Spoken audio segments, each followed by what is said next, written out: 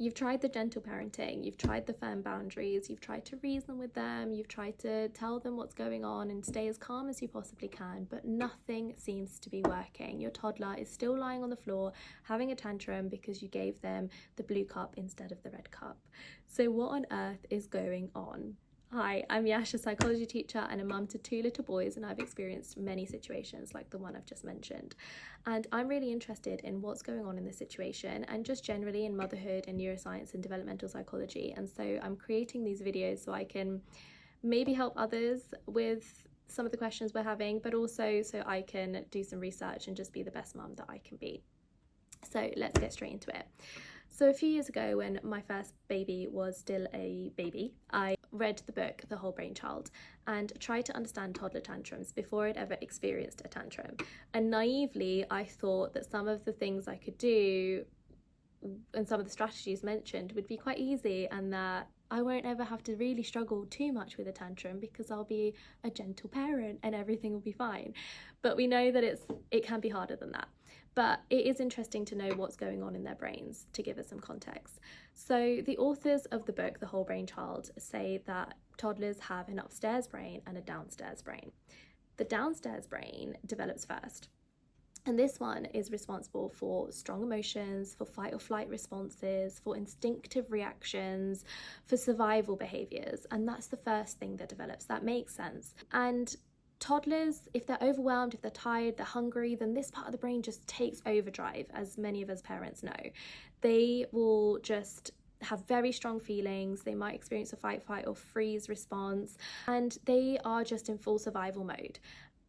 And for us as parents, it can be overwhelming for us as well, but just know that this is just their part of the brain that is developed first and is very active.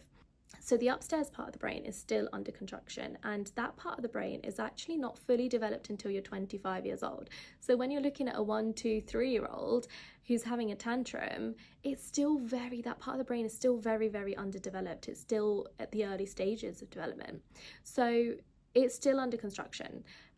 Including in adolescence and early 20s. It's responsible for self-regulation, for emotional regulation, for logical thinking, decision-making, for empathy. All of these parts, all of these aspects of the upstairs brain only really develop later on.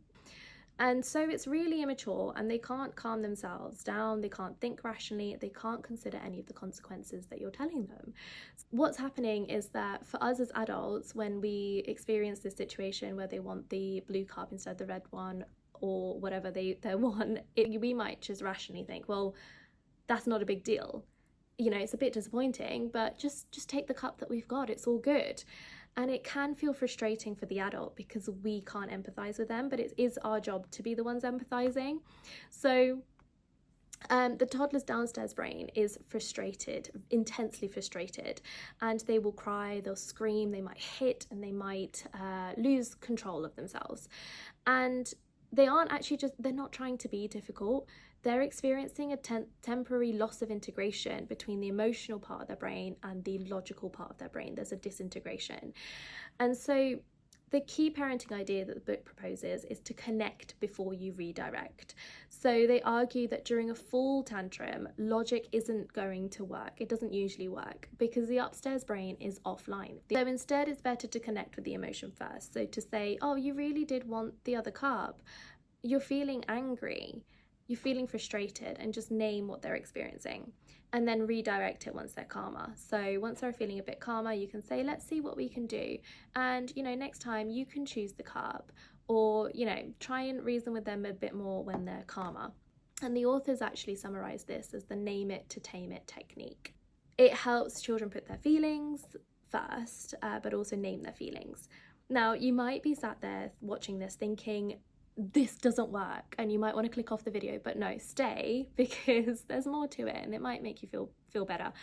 The book isn't saying that the toddler will calm down once you do the name it to tame it technique. They might not calm down immediately, and many times I've tried it, it doesn't make them calm down immediately. But what does feel good is to know that every time you do respond in the way that you do, you name it, you tame it, you try and empathize with them, it might not help them right in that moment to feel calm again, because they have to experience what they're experiencing in their downstairs brain. But it does help build emotional regulation over years. Not necessarily in that moment, but over years, we are creating adults that are going to be regulated because they know that the world is a safe place, that there's empathy around them. Calmness is the right thing to do, and that's what you're modeling for them. That might be reassuring, but also from a developmental psychology perspective, a tantrum often happens because the child's goals are blocked, and of course their emotional arousal rises. And so once it gets really high, language isn't going to be effective. No script and really no real technique, no real toddler tantrum taming technique is actually going to work in terms of stopping the tantrum immediately. Many parents find that during the peak of the tantrum, less talking works better than more talking. It's better to just talk a bit less. It's better to stay calm rather than start to reason.